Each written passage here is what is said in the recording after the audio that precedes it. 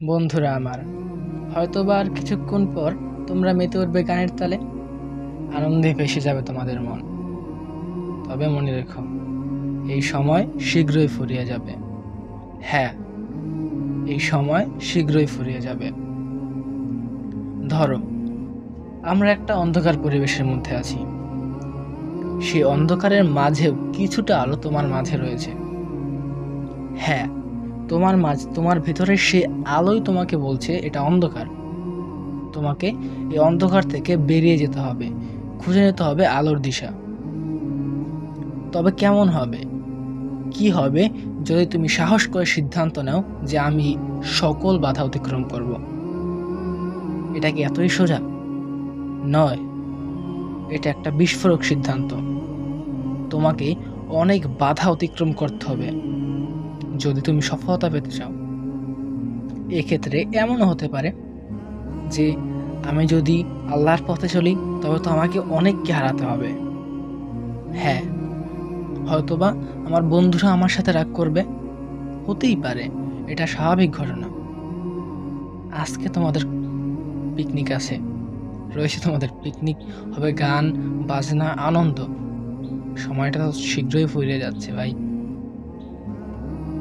হ্যাঁ, এই গান বাজনা, এই পিকনিকের মাধ্যমে হয়তোবা তোমরা সাময়িক আনন্দ খুঁজে পাবে, তবে এটা চিরস্থায়ী নয়। কিছুক্ষণের মধ্যেই তুমি হারিয়ে যাবে। যে কারণেই আমরা গেমস, ভিডিও গেম সব বিভিন্ন ধরনের কার্যকলাপের পরেও হৃদয়কে প্রশান্ত বোধ করি না। রব্বুল আলামিন তাই তো আমাদেরকে বলেন, ওয়ালা তাকরাবুজ জিনা, তোমরা জেনা ব্যভিচারের কাছেও যেও না। হ্যাঁ, তবে এখানেই আমাদের সমস্যাটা রয়েছে।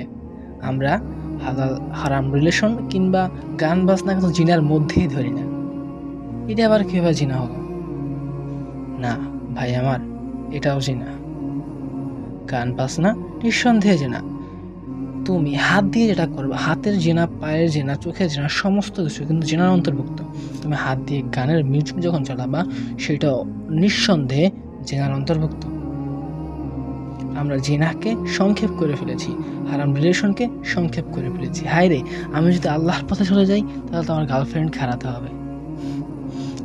এখন আল্লাহর পথে যাওয়া যাবে না। আরে ভাই, আমরা কি এত তাড়াতাড়ি মরছি নাকি? এখনো অনেক সময় আছে। তোমরা কি ভুলে গেছো আসিফদের কথা? বাইক অ্যাক্সিডেন্টের কথা এত তাড়াতাড়ি ভুলে গেছো? আমাদের বয়সেই তো ছিল। একজন তো পৃথিবী ছেড়েই চলে গেছে, আর একজন মৃত্যুর সাথে লড়াই করে হয়তোবা বেঁচে আছে। আমাদের জন্যই বেঁচে আছে। আল্লাহ হয়তোবা আমাদেরকে নিদর্শন হিসাবে রেখেছে। তোমার জীবনটাও কিন্তু বেশি দিনের স্থায়ী নয়, সময় আছে এখন। হয়তোবা আমার অনেক বন্ধু এখন বলবে, কথা আমি আগে থেকেই জানি। তবে তোমাকে বলি, হাসান আল বসরি রাহিমাহুল্লাহর একটা কথা। এক কবরের ব্যক্তিকে জিজ্ঞেস করা হলো যে আমার জন্য দুটো নসিহা করুন।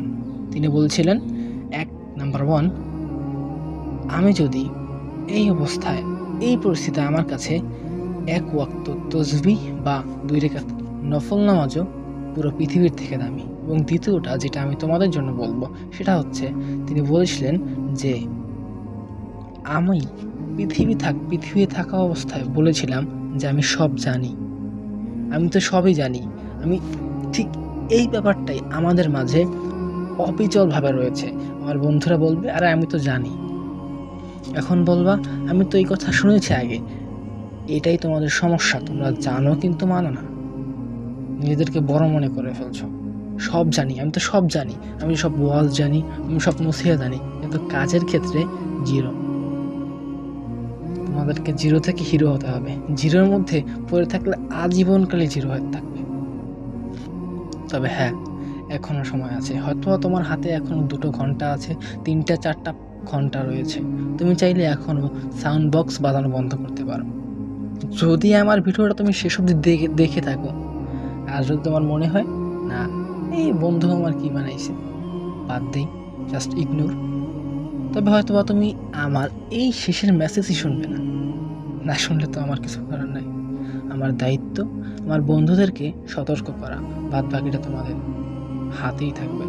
আমার রবের কাছে আমাকে তোমাদের জন্য বলতে হবে না, আমার বন্ধুকে তো আমি বলি নাই। সেই দিন নিঃসন্দেহে তোমরা বলতে পারো যে আমার বন্ধু সাহিত্য ছিল সেখানে, ও তো আমাদেরকে মানা করে নাই। হ্যাঁ বন্ধু আমার, আমি আমার দায়িত্ব থেকে তোমাদের বলছি, বাদ বাকিটা তোমাদের ইচ্ছা। তোমরা হতে চাও তবে নিঃসন্দেহে আমি তোমাদের সাথে পিকনিক করব, তবে হ্যাঁ, বাদ দিও তোমাদের বক্স। দয়া করে তোমাদের কাছে আমার এই উপদেশ, নয়তোবা তোমাদের আমার বন্ধু হিসাবে আমিও তোমাদের সাথে থাকবো না।